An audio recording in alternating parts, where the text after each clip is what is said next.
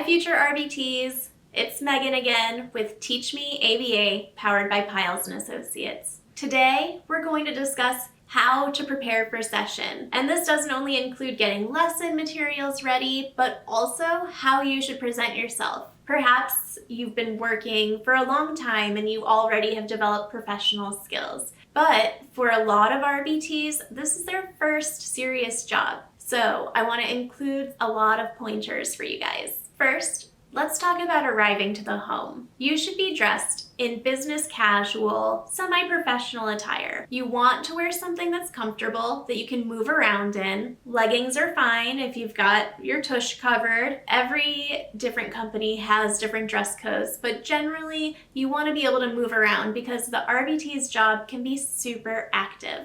Next, make sure your clothes are clean. You don't want to have toothpaste stains on your shirt. I'll admit, I've definitely spilled coffee on myself on the way to work. Generally, you want to keep a change of clothes in your car for those instances, but make sure that you look neat and tidy and your hygiene is good. This is really important because you're a professional coming into people's homes and your clients' parents believe that their child's future is in your hands. The way you present yourself will have a big impact on how they perceive you. Make sure that you have clothes that fit you well. You don't want things to be too tight. You're not going to the club, like we're not picking up babes at our clients' houses. You want it to fit, but not squeeze. And also, don't have things too baggy. Crack kills, so you don't want your butt crack hanging out during session. You want your clothes to not be falling off of your body. You want them to be fit in a business casual manner.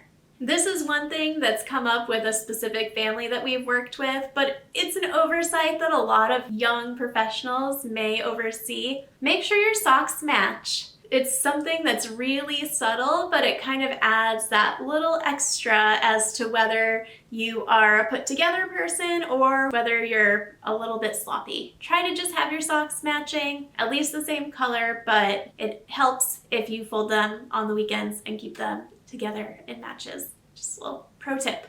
Once you make sure that you're looking nice and neat, arriving to the home, you'll want to greet the parents in a warm yet professional manner. You'll want to ask them about their child's recent behavior. What's been good? Have they seen an increase in communication? Maybe the learner is engaging more in adaptive skills. Give the parents some time to talk about this.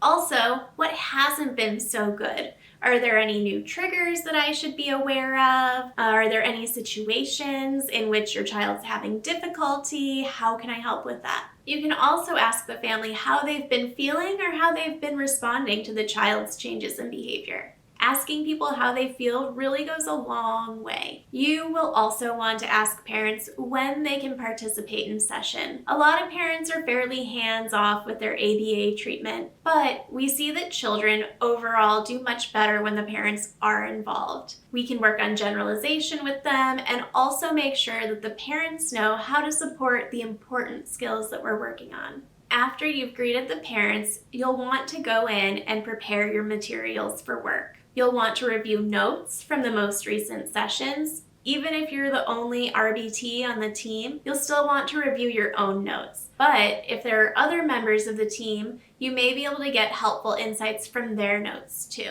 You'll also want to review notes from your most recent supervisor visit. Your supervisors should leave written notes when they visit, with recommendations and updates on behavior plans or lessons. Again, it's always good to refresh your memory, so even if you read these during your last session, it's good to read them again. Once you've read the notes, then decide which lessons you want to run. You should prioritize lessons that haven't been run recently. A lot of times, certain lessons are more difficult, and we see a lot of RBTs avoiding these.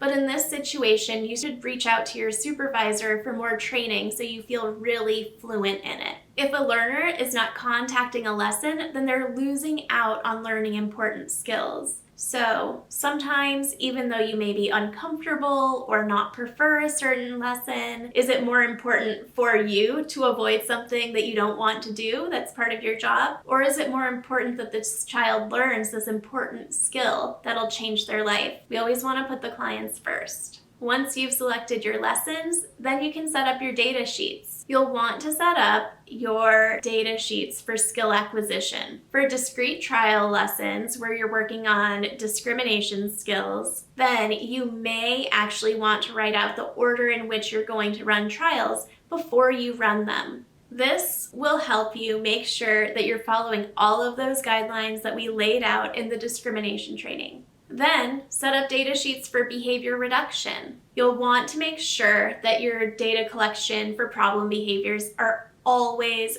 readily available. Even if your client hasn't had a problem behavior in a while, you don't want to be caught off guard and not able to collect data if something arises. There's a phenomena called spontaneous recovery or resurgence, and this is when a behavior comes back after it's been gone for a period of time. It's more common than you would think, so you always want to be prepared for it. Another tip that I highly recommend and is mandatory for our company is making sure that you are writing down all of the lesson details onto the data sheets that you're using. This will help you make sure that you're not making any mistakes or accidentally changing instructions to a lesson. Some things we like to include are: what's the prompt delay that we'll be using that day? What are the targets that we're teaching? What's the SD for that lesson? What reinforcement schedule is the kid on? And which targets are differentially reinforced? If you don't write these things down, it's really easy to forget them, and then you end up running lessons incorrectly. Once your data sheets are set up and you know what lessons you need to run, then you need to gather your materials. These may be timers, visual schedules, token boards, lesson stimuli, and preferred items to use as reinforcers. For a lot of learners, before you start working with them, you'll want to provide them with a time warning. When you're gathering materials, it may be a good time to just give them a heads up. Hey, in 2 minutes, it's going to be time to come play with me. Then, once the time is up, you'll want to transition to session time. For certain individuals, a visual schedule may help with this transition. I usually recommend beginning with fun activities so your learner knows that when you show up, it's not just work time, they're not going to be miserable, you get a lot of fun throughout session. I always say if they're not running for joy when you're coming to the door, then you probably need to go back and work on your rapport building a little bit. Once you've started interacting with the learner, that's a good time to identify what might function as a reinforcer this day. So you can see which toys they're asking to play with at the beginning of session, if they're nonverbal, what toys they're orienting towards, and sometimes you can even ask them. Once you've identified reinforcers, then it's time to begin teaching. We discuss tons of teaching strategies in a lot of our other training videos, so feel free to refresh yourself on those anytime you feel like you may have forgotten something.